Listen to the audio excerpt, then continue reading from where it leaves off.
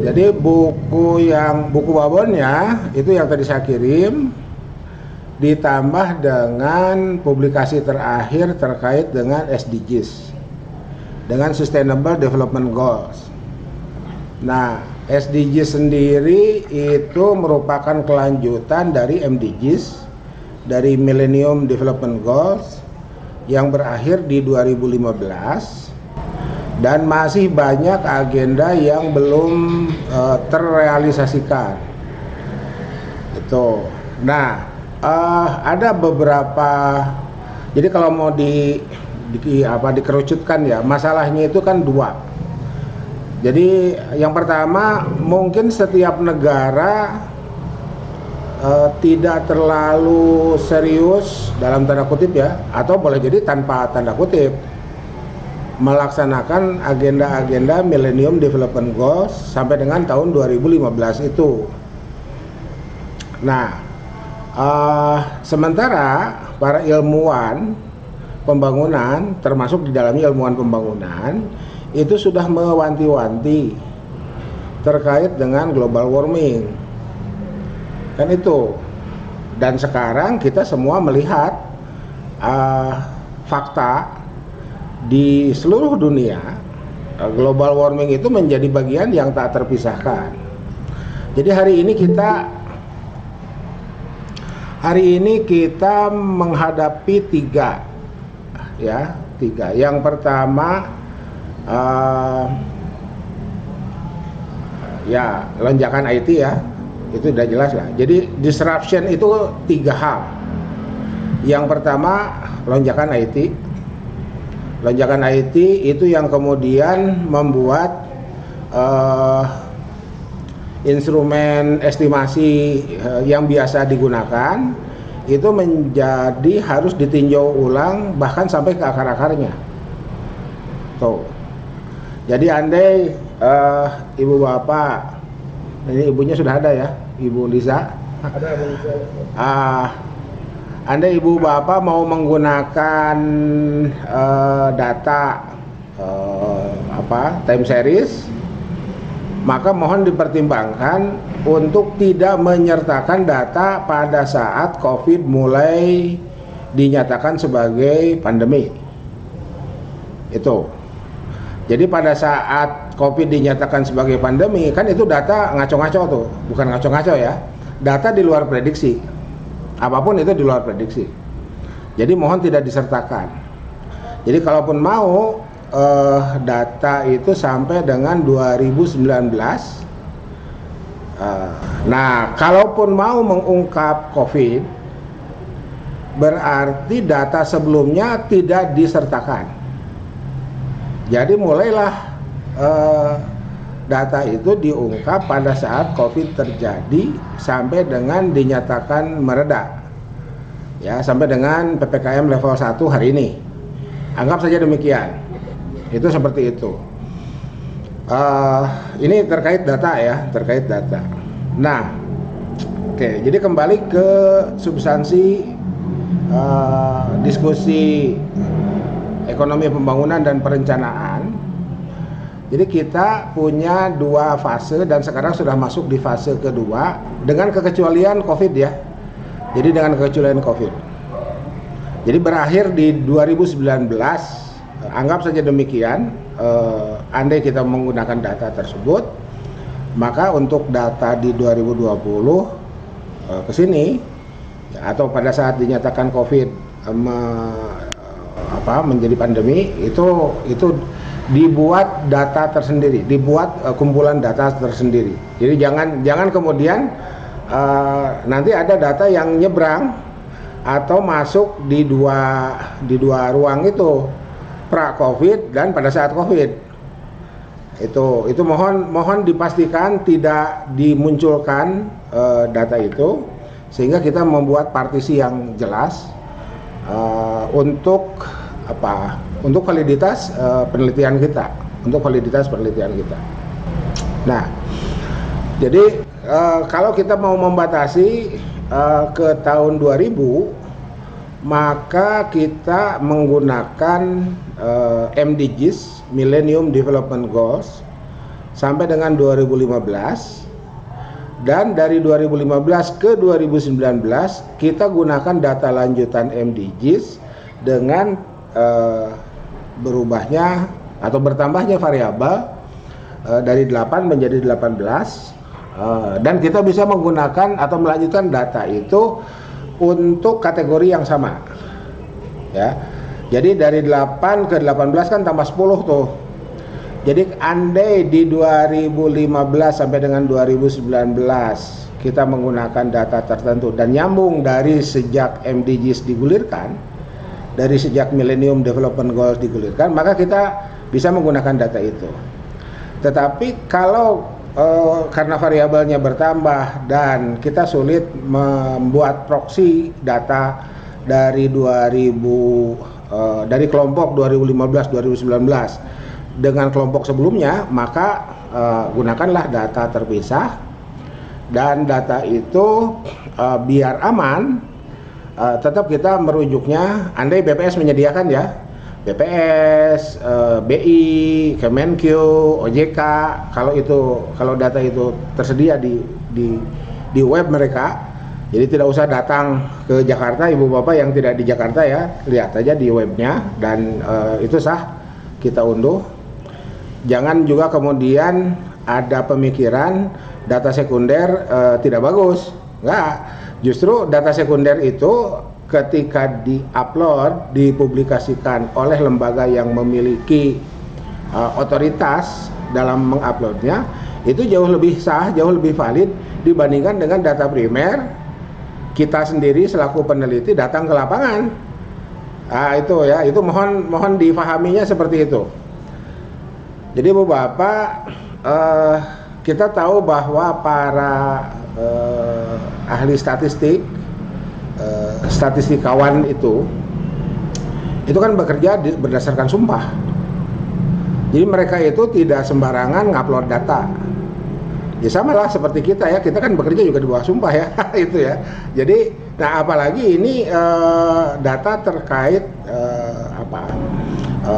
apa yang terjadi di publik itu dengan sendirinya, dengan serta-merta ada wilayah otoritas tertentu yang nggak bisa dimasuki oleh orang lain yang bukan bidangnya.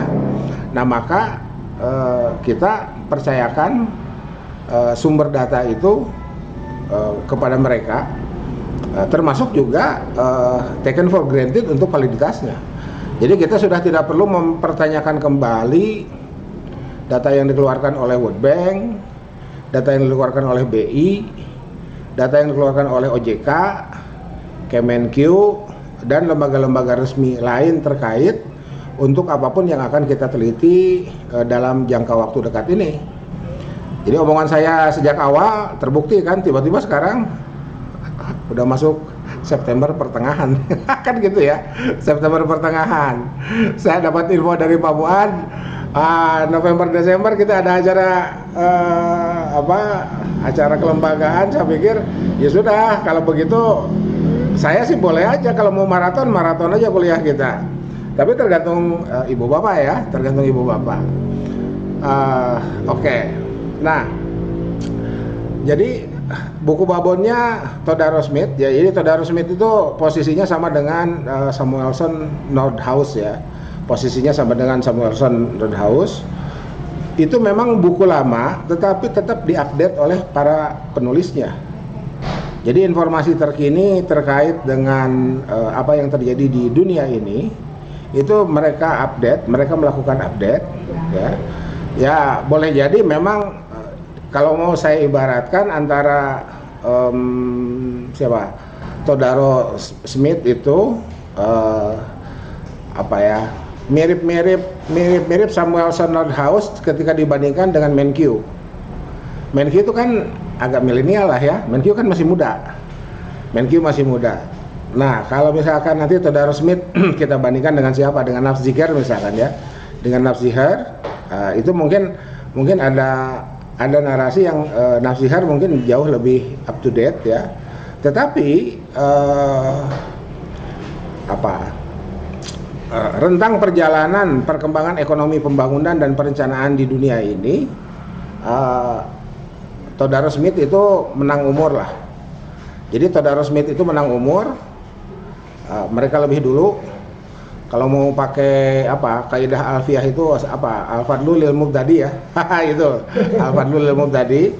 Jadi kita makanya saya tetap gunakan untuk makro mikro itu Samuelson Nordhaus tanpa menutup dari yang lain. Ya saya tambahkan Menkyu, saya tambahkan Pindik dan lain sebagainya ya. Nah untuk ekonomi pembangunan perencanaan juga saya coba tetap gunakan Todaro Smith. Tambahannya mungkin nanti Prahalad ya, bukunya Prahalad itu silahkan dilihat. Nanti saya carikan dulu PDF-nya yang Prahalad itu. Saya lupa nyimpen foldernya di mana, tapi itu bisa kita gunakan. Termasuk juga bukunya Acemoglu. Saya nggak tahu bacanya yang benar tuh gimana, nulisnya Acemoglu ya, orang Turki itu. Dia sekarang mengajar di MIT. Jadi Bapak Ibu kuliah di manapun, materi kuliahnya sama karena bukunya sama ya, bukunya sama. Jadi kita Todaro Smith itu sama lah dengan di Harvard. Kita ini kuliah sama dengan di Harvard ya kalau lihat bukunya gitu. Tinggal tradisi akademiknya saja yang ya mungkin ya kita jujur saja kita tertinggal ya, tradisi akademiknya kita tertinggal. Nah oleh karena itu mohon juga terkait dengan kewajiban publikasi jurnal itu ya mohon diwujudkan saja ya, mohon diwujudkan. Yang kemarin itu yang makro mikro kan baru beberapa yang laporan, meskipun kemudian saya tunggu linknya kan belum ada yang kirim ke saya. Tapi kan saya sudah ditagih sistem, saya harus keluarkan nilai. Kan gitu ya, gitu. Jadi, nah mumpung sekarang ketemu lagi nih, ya silakanlah dihadirkan saja, hitung-hitung bayar utang ya, hitung-hitung bayar utang, ya. Kelas ini dapat nilai seperti yang terlihat di salamnya masing-masing, ya. Bagi yang merasa itu sebagai utang, silakan dibayar lah ya, itu utangnya, silakan dibayar. Oke, jadi bukan apa-apa Ibu Bapak ya, saya merasa berkewajiban untuk terus memberikan motivasi, bahasa saya memprovokatori ya, memberikan provokator kepada menjadi provokator kepada Ibu Bapak. Bukan apa-apa ya, kan kuncinya ada di para mahasiswa. Kuncinya ada di para mahasiswa untuk menyamakan level dengan perguruan tinggi world class university itu. Karena kalau dari sumber bahan ajar, ya alhamdulillah saya berhasil menemukan sumber-sumber open source itu ya, dan saya bisa berbagi kepada Ibu Bapak sehingga kalaulah dimanapun, di belahan dunia manapun di dunia ini program studi diselenggarakan, kemudian mata kuliahnya disajikan dan bahan ajarnya sama, ya sebetulnya bahan ajarnya sama. Tinggal bagaimana menyamakan level, yaitu kembali kepada kita masing-masing. Ya, kembali kepada kita masing-masing. Oke. Jadi kembali ke substansi materi. Jadi Ibu Bapak silahkan dilihat secara, jadi speed reading aja lah Ibu Bapak ya. Jadi silahkan dilihat dimulai dari daftar isi. Kalau mau dilihat dari judul, silahkan dilihat dari judul kan. Ekonomi pembangunan dan perencanaan itu ada dua arah sudut pandang.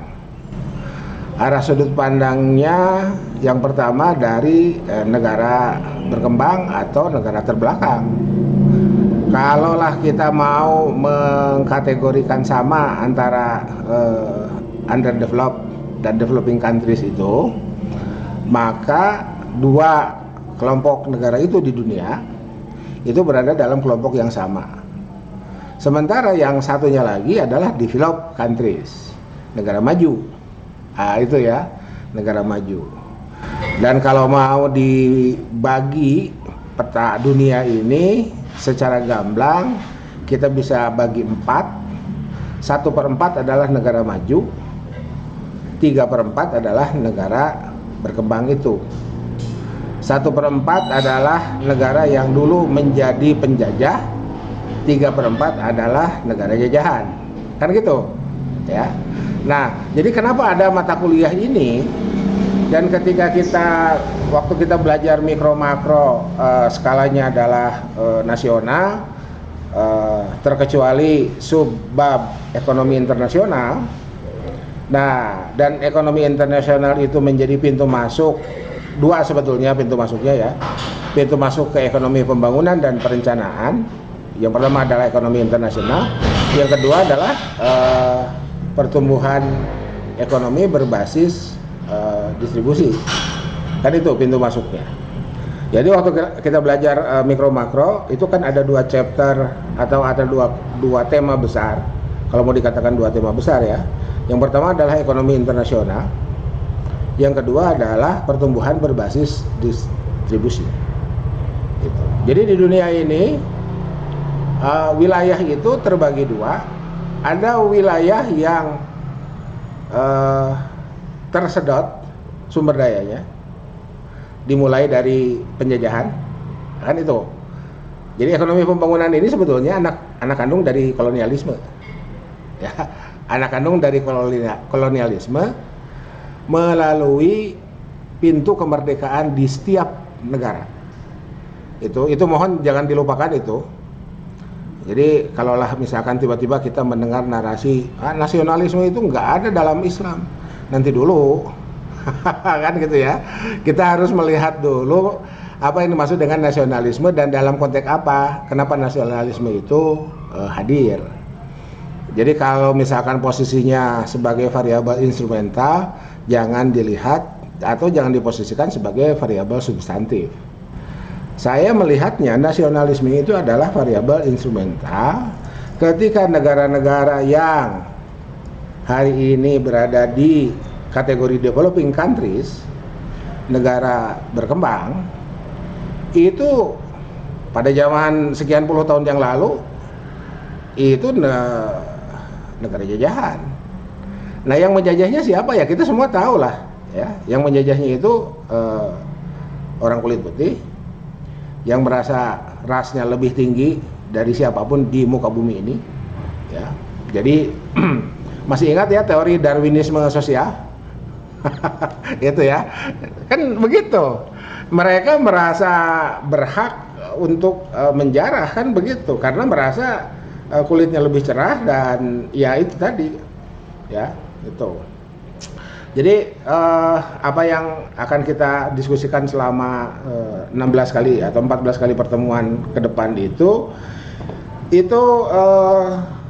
merupakan anak kandung dari kolonialisme. Oleh karena itu ada dua sudut pandang. Jadi kalau sudut pandang dari negara berkembang, developing countries, maka narasinya adalah bagaimana merubah nasib. Kan itu. Tapi kalau sudut pandangnya dari negara maju, maka pertanyaannya adalah bagaimana memasarkan produk. Itu ya, itu. Jadi ekonomi pembangunan itu kan bagaimana memasarkan produk. Bagaimana produk negara maju tetap terserap oleh negara manapun di dunia ini, bahkan oleh negara mereka sendiri, negara di kelompok mereka sendiri. Tuh. Makanya perang dagang itu kan hanya sebuah istilah.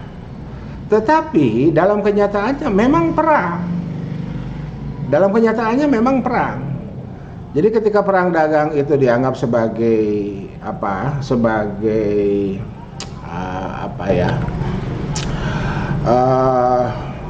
sebagai kiasan ya atau majas dari kegiatan perekonomian dunia. Di dalam konteks-konteks tertentu memang betul-betul perang. Yang namanya perang kan ada yang menang, ada yang kalah. Nah itu ya, ada yang menang, ada yang kalah. Oleh karena itu Ibu Bapak berbicara ekonomi pembangunan, kalau masuknya dari pintu ekonomi internasional, maka kita tidak sebatas membicarakan teori-teori ekonomi. Ibu Bapak mungkin pernah atau masih ingat betapa cuma pada saat itu kan belum ada WA ya, belum ada WA, HP pun mungkin masih terbatas yang punya HP itu ya.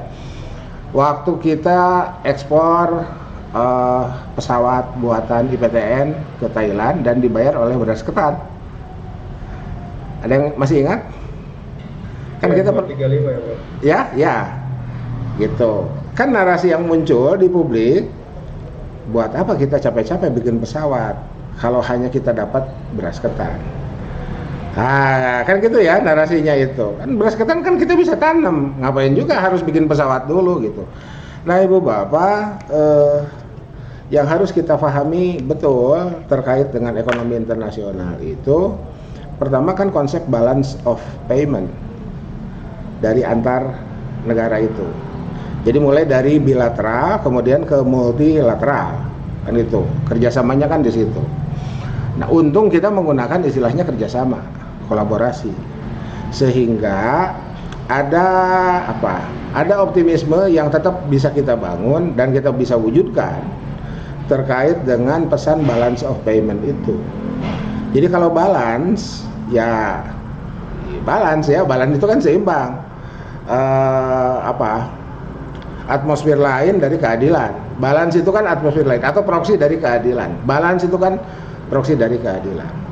Oleh karena itu selalu terjadi fluktuasi perubahan nilai mata uang antar negara, ya gitu.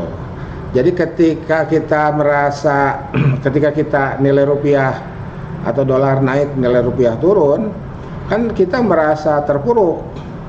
Ya boleh jadi iya bagi importir. Tapi kalau eksportir mestinya alhamdulillah. Kenapa? Karena nilai mata uang kita, nilai tukarnya untuk posisi eksportir itu menjadi durian runtuh, menjadi windfall effect ya, dalam istilah ekonomi makro itu menjadi windfall effect. Yang mestinya tagihan kita cuma 1 miliar dolar misalkan, tiba-tiba bisa jadi naik sekian persennya dari yang sebelumnya itu karena persoalan balance of payment. Itu jadi tidak selalu nilai mata uang asing, foreign exchange itu, foreign currency itu menguat, tidak selalu berdampak buruk kepada negara yang ada di hadapannya gitu. Nah, kalaulah kemudian yang terjadi adalah perburukan, nah disitulah posisi kita. Makanya nama mata kuliahnya kan ekonomi pembangunan dan perencanaan. Dan semua apa yang ada di waktu yang akan datang ini itu bisa diprediksi. Ya, itu konsep dasarnya. Sebelum kemudian era disruption muncul. Gitu ya. Kan dengan era disruption muncul, IT muncul lonjakan. Ada dua lagi, penyakit dan satu lagi global warming. Ibu Bapak, global warming itu sudah diwanti-wanti sejak sebelum adanya MDGs. Itu jadi produksi karbon dunia itu begitu dahsyat, pencemaran udara itu begitu dahsyat, maka pada saat itu pula para saintis lingkungan sudah memperingatkan kepada kita. Cuman masalahnya kan itu kalau di ekonomi namanya externalities. Externalities itu di mikro itu bagian akhir ya. Di mikro itu bagian akhir. Mungkin saya nggak sempat nggak sempat bicarakan, tapi perasaan pernah saya perlihatkan itunya konsepnya, kosakatanya pernah saya perlihatkan. Jadi kalau externalities itu tidak masuk dalam hitungan, externalities itu. Nah, itu tadi kenapa sekarang kita berada di era disruption yang sebelumnya tidak masuk di dalam perhitungan ekonomi, sekarang mau nggak mau, suka nggak suka, orang harus menghitung. Makanya Bu Bapak, siapa yang anaknya di ITB, tolong tanya, di ITB itu kan ada sekarang teknik lingkungan, ya. Nah itu dibuka prodi itu sebetulnya untuk mengantisipasi, diantaranya ya, untuk mengantisipasi persoalan-persoalan umat manusia terkait dengan lingkungan hidup yang sebelumnya nggak pernah diperhatikan. Nah itu, ya. Nah Masuknya ke ekonomi pembangunan aja belakangan. Jadi Ibu Bapak kembali ke bukunya Todaro ya. Kenapa saya kemudian menggunakan bukunya Todaro? Ibu Bapak boleh lacak di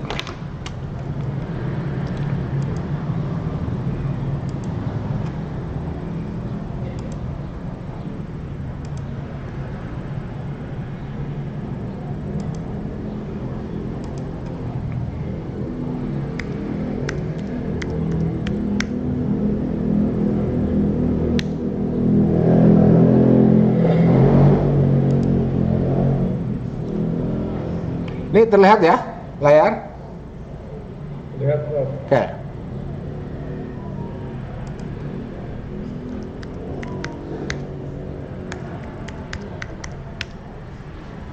Ini open source Ibu Bapak, jadi boleh unduh, boleh kita unduh.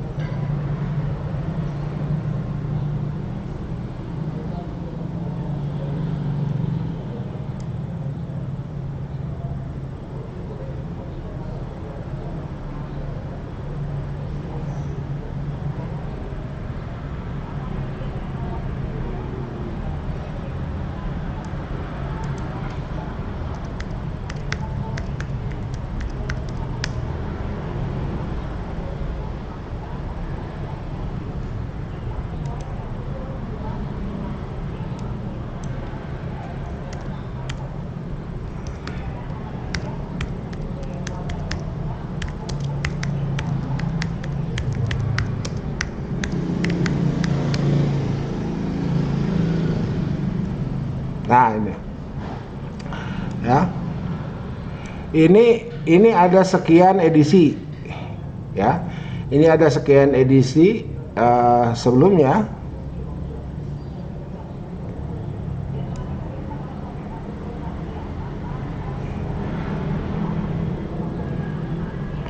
Economic Development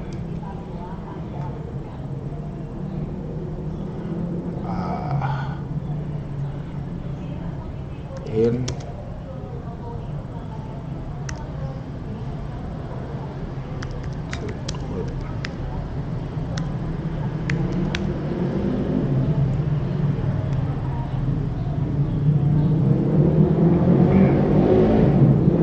Nah ini ya. Jadi istilah-istilah dunia ketiga di buku-buku terdahulu ini muncul, termasuk di bukunya Todaro dan Smith.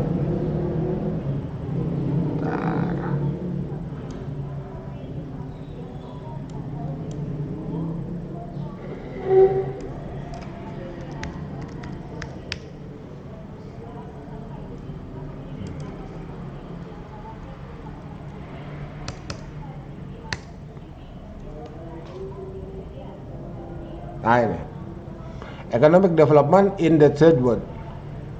Ini ya. Economic Development in the Third World. Tidak pakai planning. Ini buku tahun edisi lama ini. Mari kita lihat. 89. Ini ya, 89 nih. Jadi di 89 planning itu belum masuk. Ya.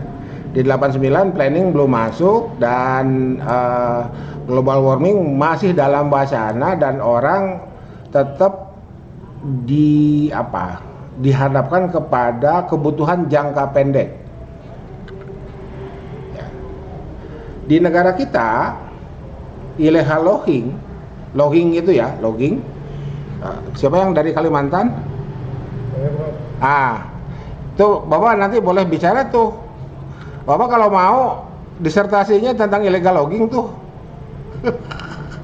Pelakunya malah jadi pejabat, Prof. Nggak soal, Pak.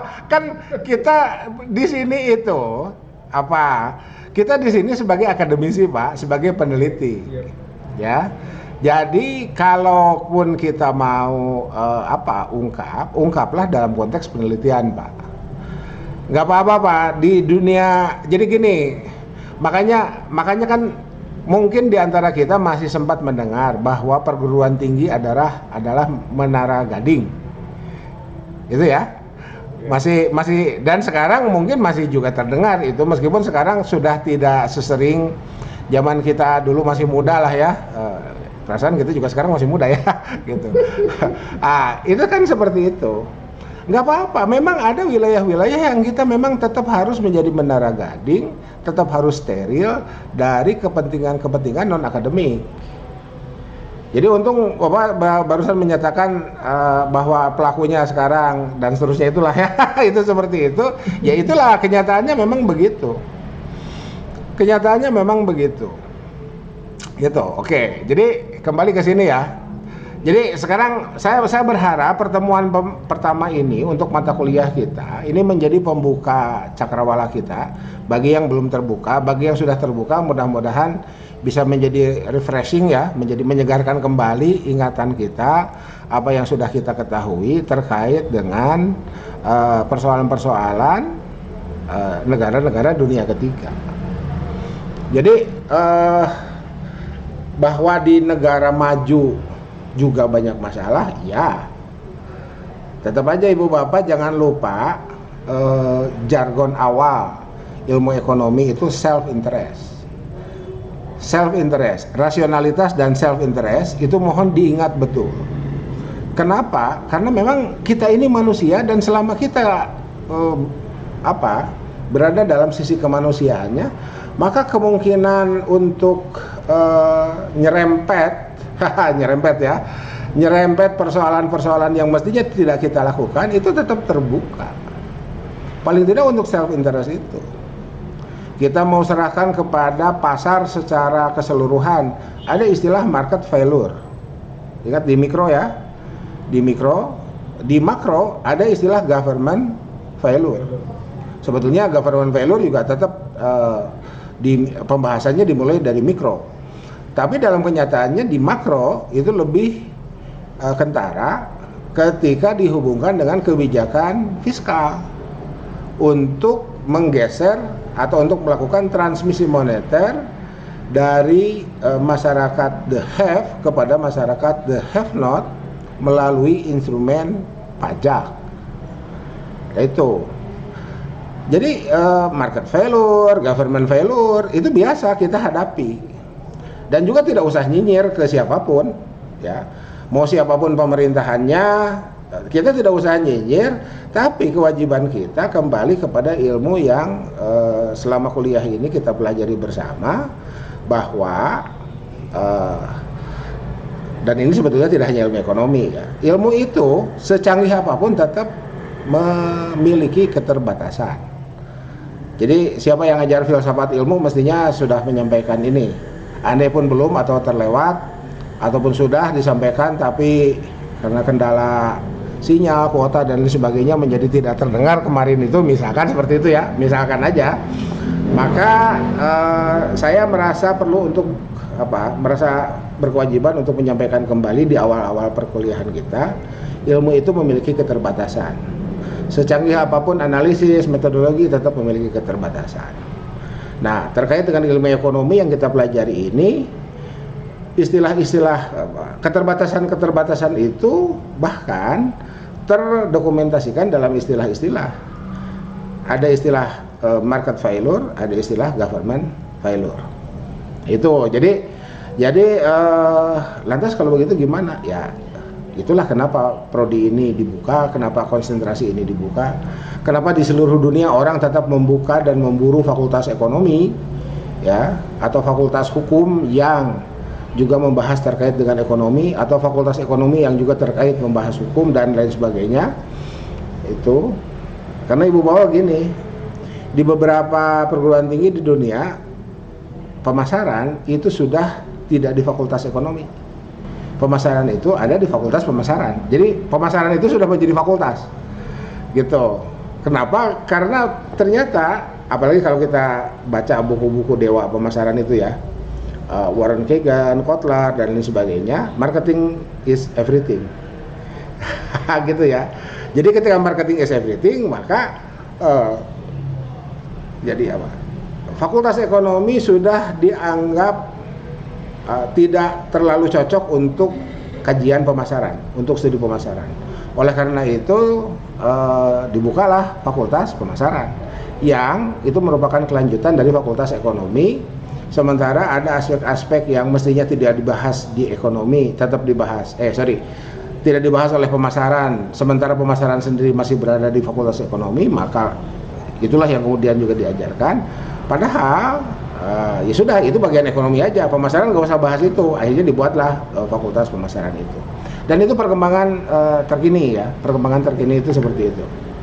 Nah, jadi kembali ke nama mata kuliah kita, Economic Development in the Third World ini asalnya memang mengeksplisitkan dunia ketiga.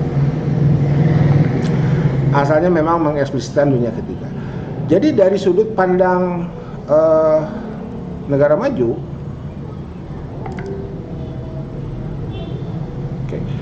dari sudut pandang negara maju, negara dunia ketiga atau wilayah negara yang kemudian disebut sebagai negara dunia ketiga itu adalah target market. Jadi bagaimana menggelontorkan produk agar laku, kira-kira gitulah ya. Jadi siapa yang masih kezamanan HP-nya Nokia, gitu ya. Sekarang kan Samsung ya, Samsung, Oppo kan gitu ya. Gitu. Dulu kan Nokia, Ericsson kan gitu. Itu kan Eropa. CNN. Nah, gitu ya. Siemens kan gitu. Itu kan Eropa. Itu, iya. Dan itu berada di sini nih. Berada di sini. Jadi negara dunia ketiga itu menjadi target market. Nah, sementara dari sudut pandang negara dunia ketiga kan muncul pertanyaan, kenapa dibuka sekolah itu kan untuk merubah nasib. Apa yang dimaksud dengan nasib? Kesejahteraan yang terpuruk. Kan itu. Ya, secara eksplisit kita bisa mengatakan bahwa nasib negara dunia ketiga itu adalah terpuruknya kesejahteraan. Nah, munculnya kesadaran untuk merubah nasib dan seterusnya, maka itu yang kemudian merubah paradigma. Ya, itu merubah paradigma dari economic development in the third world menjadi economic development saja, tidak pakai negara dunia ketiga. Kan begini Bu Bapak, andai kita mau menggunakan logika tipu menipu ya, kalau kita mau menggunakan logika tipu menipu. Oke. Kenapa menipu dilarang dalam jual beli? Bahkan andai menipu itu dilakukan dengan sumpah, kan gitu ya, gitu. Dalam hadis kama qala rawi dikatakan akan hilang berkahnya.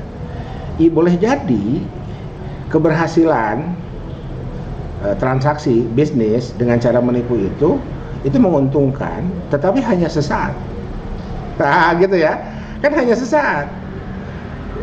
Apalagi kalau konsumen kita tiba-tiba langsung atau segera tahu bahwa dia tertipu, kan gitu.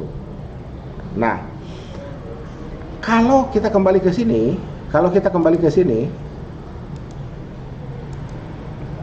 ya, maka pertanyaan berikutnya, bagaimana nasib, bukan nasib ya, bagaimana perkembangan ekspor dari negara maju ke negara dunia ketiga ini?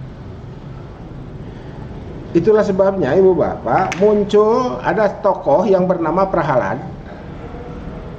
Ada tokoh yang bernama Prahalad ya.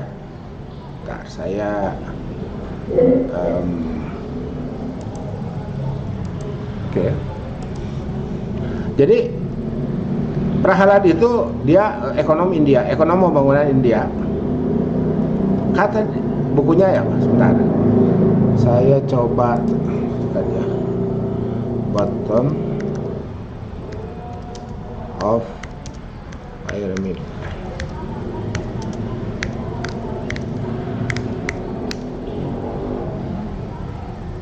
Nah, ini bukunya ya. Bentar. Image. Nah, ini bukunya The Fortune at the bottom of the pyramid, eradicating poverty through profit. Jadi dalam jangka panjang atau dalam jangka menengah, ini negara dunia ketiga ini harus berubah menjadi negara maju agar ekspor komoditi yang datang dari negara yang hari ini kelompok negara maju, termasuk kelompok negara maju atau dikategorikan sebagai negara maju, itu tidak pernah berhenti. Kan tujuannya itu. Jadi ada titik tujuh yang sama dengan dua sudut pandang yang berbeda. Negara dunia ketiga berusaha sekuat tenaga merubah nasibnya untuk menjadi sejahtera. Nah, kan gitu. Negara maju hari ini di bukunya Prahalad yang tadi itu diharuskan untuk membantu negara ketiga agar bisa merubah nasibnya menjadi negara maju, negara yang sejahtera. Ada lanjutannya, agar produk komoditi yang ditawarkan oleh negara maju tetap bisa terserap oleh negara yang sebelumnya masuk kategori negara dunia ketiga. Haha, gitu ya. Itu. Jadi di sini nih belajar ekonomi pembangunan itu kita mencoba memindahkan kaki kita di detik sebelumnya ke negara berkembang, di detik berikutnya pindah ke negara maju dengan kacamata yang berbeda. Itu. Jadi kurang lebih seperti itulah ya. Kurang lebih seperti itulah ekonomi pembangunan itu dipelajari, ada titik tujuan yang sama dari sudut pandang yang berbeda. Ketika sudut pandang itu diarahkan dari kelompok negara dunia ketiga, pertanyaannya bagaimana memperbaiki nasib? Kalau sudut pandang itu muncul dari negara yang lebih dulu maju, maka pertanyaannya bagaimana agar komoditi yang dihasilkan tetap bisa terserap oleh negara berkembang itu. Nah, gitu ya. Oke. Jadi kalau kita bandingkan, nah yang sekarang ini tidak pakai lagi negara dunia ketiga, cukup economic development, meskipun cover page-nya tetap mencerminkan negara dunia ketiga, kecuali yang terakhir itu ya.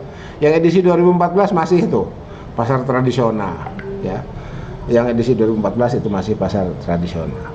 Nah, sekarang ditambah dengan perencanaan. Nah, perencanaan itulah yang kemudian menjadi wilayah menjadi wilayah riset kita masing-masing ya. Jadi perencanaan itulah yang menjadi wilayah riset kita masing-masing, karena di halaman-halaman terakhir disertasi kita wajib menuliskan rekomendasi. Boleh jadi 1-2 paragraf atau boleh jadi 1-2 halaman. Rekomendasi itu adalah bentuk lain dari planning. Apa yang akan kita lakukan bersama ke depan, rekomendasi bagi peneliti berikutnya ya. Apa yang akan dilakukan oleh kita ke depannya tergantung apa yang kita lakukan hari ini. Apakah kita bisa memperbaiki nasib kita tergantung apa yang kita lakukan hari ini. Itu mungkin sekedar pengantar. Barangkali ada komentar atau apapun. Silakan. Ya, luar biasa, Prof. Kalau yang versi izin, Prof, kalau yang versi Indonesianya sudah ada nih yang punya. Ada, Pak. Cuma itu tadi, Pak. Kan kita mencoba menstandarkan diri. Oh, siap, Prof. Gini, Pak ya. Saya buka kartu, Pak. Saya sendiri baca masih yang bahasa Indonesia, Pak. Itu satu, ya. Tapi insya Allah lah pertemuan minggu depan ya saya akan coba praktekkan kendala bahasa kita terselesaikan oleh immersive reader itu. Oh, kan saya sudah bikin tayangan immersive readernya, Pak ya. Oke, mari kita praktekkan sebentar lah ya. Kita coba praktekkan sebentar.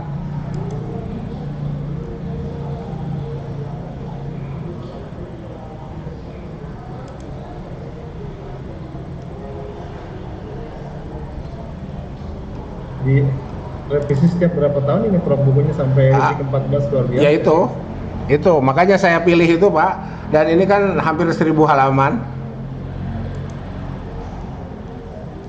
Jadi Bu Bapak, ini saya sedang tayang immersive reader ya. Immersive reader ini mudah-mudahan bisa membantu kita. Oke. Jadi Bu Bapak itu PDF-nya silahkan diupload di Google Drive masing-masing. Kemudian kita baca. Oke, jadi ini adalah RPS kita ya. Ini adalah RPS kita. Ada sekian chapter besar ini, karena ini masing-masing chapter ada sub-sub chapternya. Tuh. Tahu kan, ini ada sub-sub chapternya. Dan sama dengan bukunya Samuelson Nordhaus. Silakan Ibu Bapak melihatnya. Silakan melihatnya, kemudian memilih topik-topik yang dianggap menarik, perlu untuk dikembangkan lebih lanjut. Bahkan kalaupun Ibu Bapak merasa belum punya bahan buat disertasi, kemarin di mikro makro saya sudah sampaikan. Nah sekarang saya sampaikan di ekonomi pembangunan ini. Oke, Bu Bapak, mari ini contoh. Mohon maaf ya, anggap saja kita kesulitan dari aspek kosakata, misalkan seperti itu ya. Kita coba ini kita blok Pak Bu, ya. Kita coba blok. Oke. Prof, belum ada tayangannya Prof. Oh, sebentar.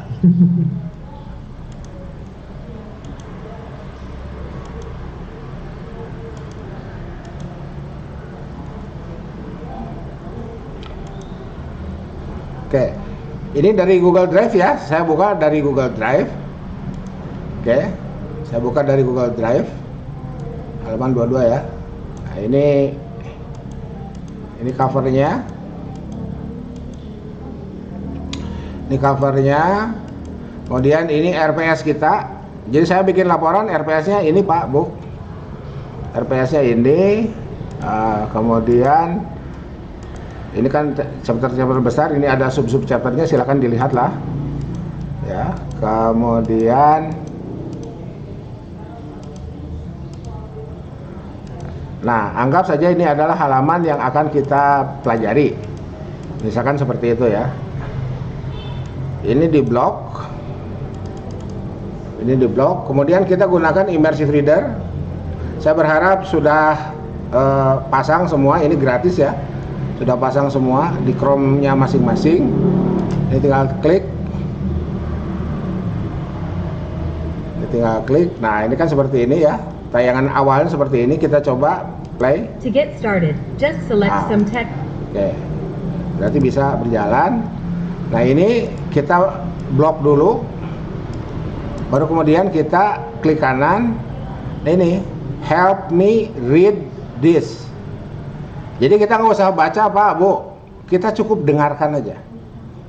Andai terkendala waktu. Klik. Nah, ini. Andai terlalu besar, kita bisa kecilkan. Nah, jadi paragraf yang tadi muncul semua dan kita baca. Economic Development, 13th edition, presents the latest thinking in economic development with the clear and comprehensive approach. Terdengar ya? that has been Yang bacanya well terdengar? received in both the developed and developing worlds. Oke. The pace and Andai kita bosan yang bacanya ibu-ibu, saya ingin bacanya yang bapak-bapak misalkan. Ini voice setting. Pilih ini. Klik. In scope of economic development continues its rapid, uneven, and sometimes unexpected evolution. This text explains the unprecedented progress that has been made in many parts of the developed. Oke. Andai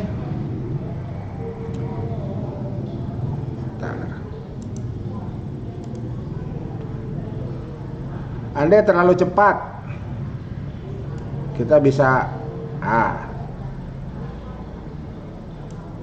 ya bisa geser. developing world, but fully confronts the enormous problems and challenges that remain to be addressed in the years ahead. Oke. Nah, sekarang karena kita mohon maaf terkendala bahasa, ya, kita bisa blok, bisa masuk ke Google Translate. Tapi dari sini kita bisa lakukan, ini Pak Bu, reading preferences, choose language, pilih bahasa Indonesia. Nih, pilih dokumen. Nah, ini Pak, mari kita baca.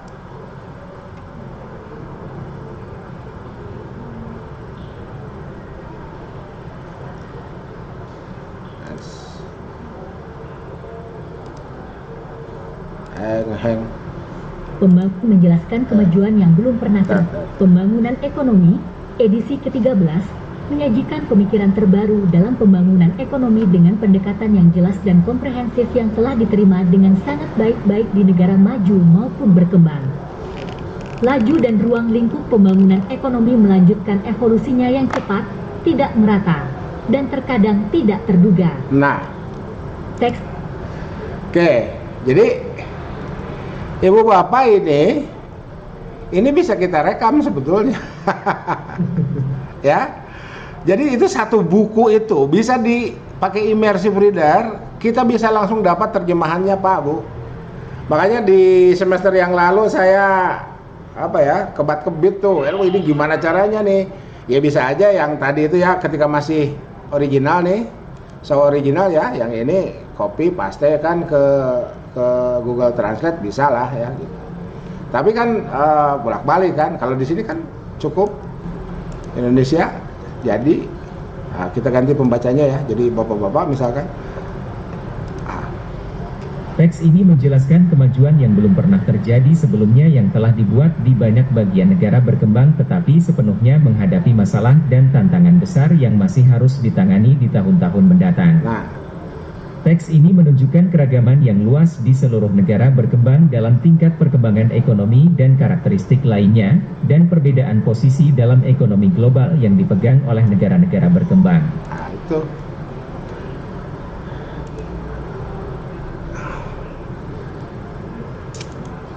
Jadi gitu Pak Bu, bahannya, jadi mau jadi apa kita terserah Ibu Bapak yang mulia, para hakim ya, itu kita mau jadi apa terserah kita. Saya berkewajiban menyampaikan bahan.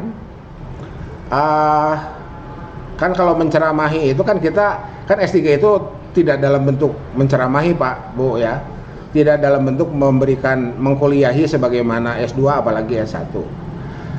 Jadi pilihlah, silahkan dipilih sesuai dengan kebutuhannya masing-masing yang 1000 halaman itu ya, dan berlatihlah menghadirkan narasi.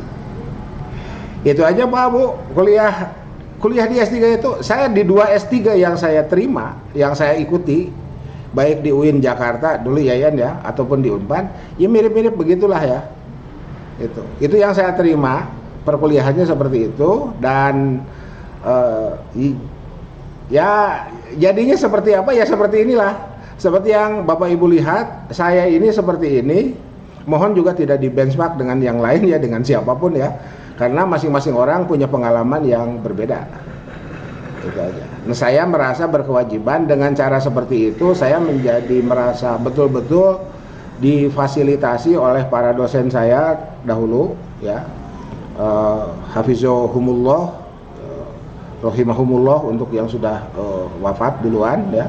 Saya merasa betul-betul difasilitasi dan dijadikan seperti ini karena terutama ya kalau untuk di kelas berkat para dosen saya dahulu, dan saya merasa berkewajiban untuk menyampaikan tradisi ini kepada ibu bapak yang boleh jadi dari aspek usia mungkin nggak terlalu jauh lah ya, dari aspek usia, jadi nggak ada, dan ya lagi-lagi di dunia ini nggak ada Superman. Ya, di dunia ini nggak ada Superman, kita semua bisa jadi Superman sebatas kebutuhan kita. Itu mungkin Pak jawaban terkait dengan kebutuhan alih bahasa. Siap, Prof. bahwa buku Todaro yang sudah diterjemahkan, mari kita lihat Pak. Mari kita lihat, bentar ya. Saya khawatir keburu azan. Gitu. Makanya saya minta ke Pak Fuad itu, Pak Fuad badai saja, kata Pak Fuad. Kawan-kawan mintanya jam 4 setelah fingerprint. Oh ya, oke. Ya, persoalannya tadi saya masih menghadapi melayani mahasiswa S1. Todaro Smith bahasa Indonesia ya. Nah, ini ada Pak yang bahasa Indonesianya. Ini layar terlihat ya? Terlihat, Prof.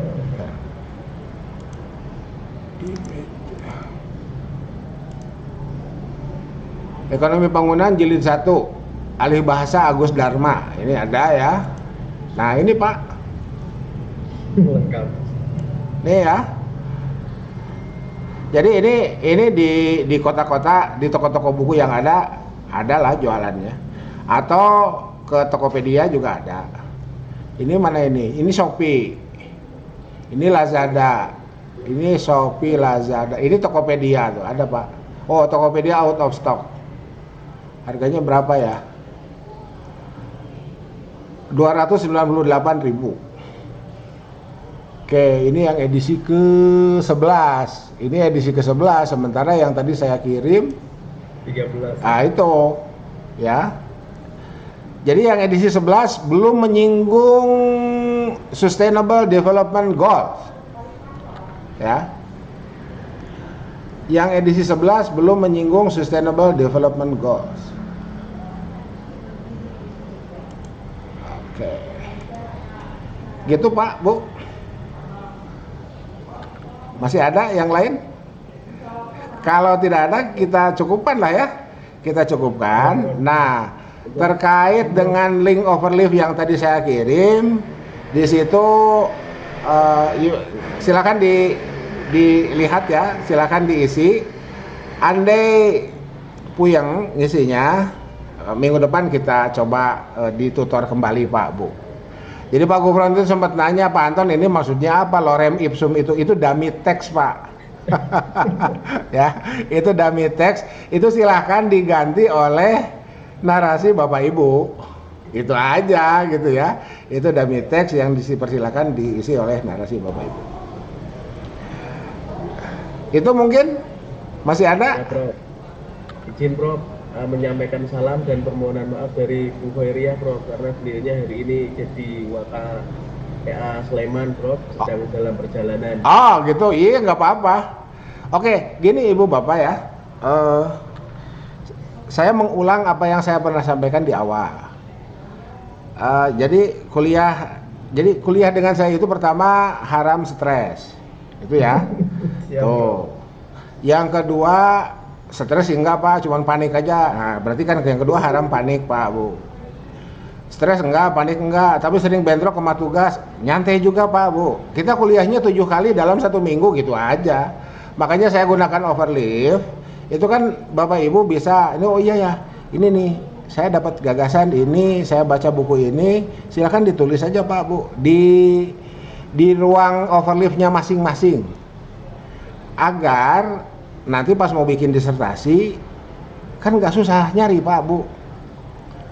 Ya, saya yakin usia-usia kita ini sudah mulai lupa nyimpen folder tuh.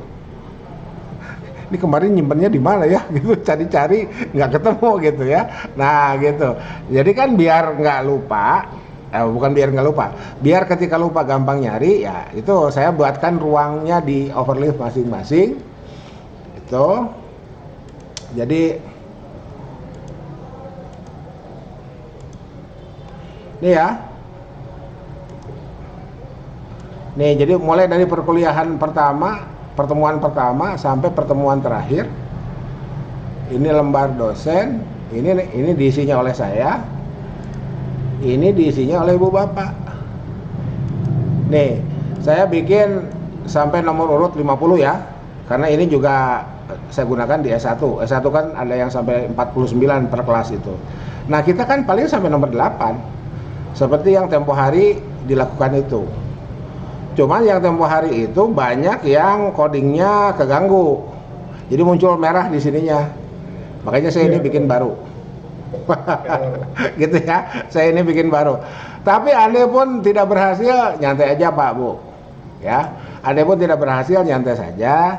Cuman mungkin nanti saya minta seperti yang kemarin pernah dilakukan, saya minta 1 hari full Ibu Bapak ke Bandung lah. Ya. Untuk menyelesaikan persoalan-persoalan terkait dengan perkuliahan ini, ya 1 hari lah dari pagi sampai sore. Jangan kayak kemarin ya, kemarin itu terlalu mepet waktunya. Jadi 1 hari lah full, ya. Apakah itu nanti sekaligus tanda tangan daftar hadir segala macem, itu dibuat kompak aja, ya dibuat kompak. Mudah-mudahan semuanya berapa ini kelas kita 8 ya.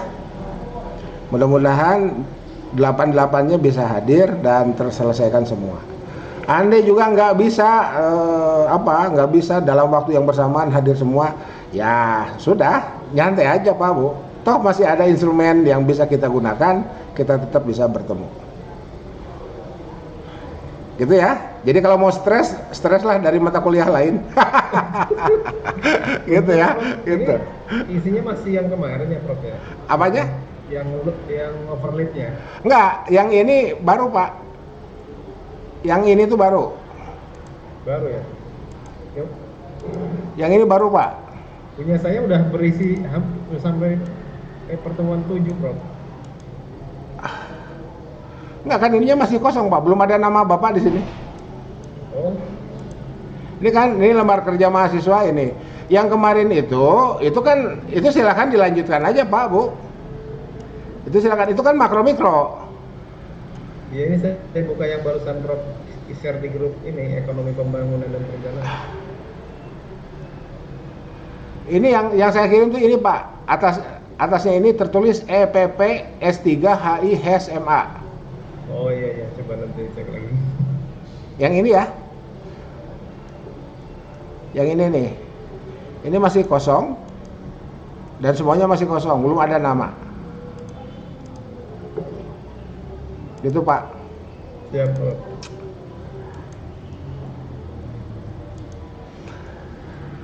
Begitu Ibu Bapak. Masih ada yang lain?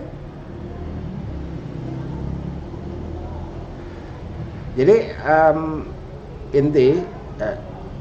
esensi ekonomi pembangunan selesai sebetulnya. Ya, barusan itu saya kasih itu esensinya di awal. Nah, lanjutannya apapun tetap muaranya di situ Pak. Sejahtera bersama. Nah itu, ya ekonomi pembangunan itu. Nah, caranya negara dunia ketiga merubah nasib, negara maju, negara industri menjual produk. Nah itu, ya. Itu aja. Gitu ekonomi pembangunan itu, ya, ke seluruh dunia, ke seluruh wilayah di seluruh dunia. Ah gitu. Oke, saya pikir cukup ya pertemuan kita kali ini. Tetap semangat. Bagi yang belum punya judul, saya tetap akan terus ingatkan, silahkan segera tulis proposalnya.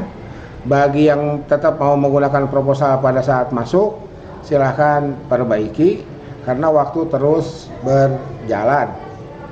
Ini nggak terasa nih, tiba-tiba tinggal 1 semester itu juga sudah tinggal 3,5 bulan, udah nggak 4 bulan lagi, udah nggak 6 bulan lagi, nggak terasa, ya. Di semester 1 bulan. Ya, di semester alih nanti Ibu Bapak dapat surat cinta untuk segera mendaftarkan SUP, mendaftarkan diri SUP, seminar usulan penelitian. Jadi mulai Januari sudah terbuka peluang seminar usulan penelitian.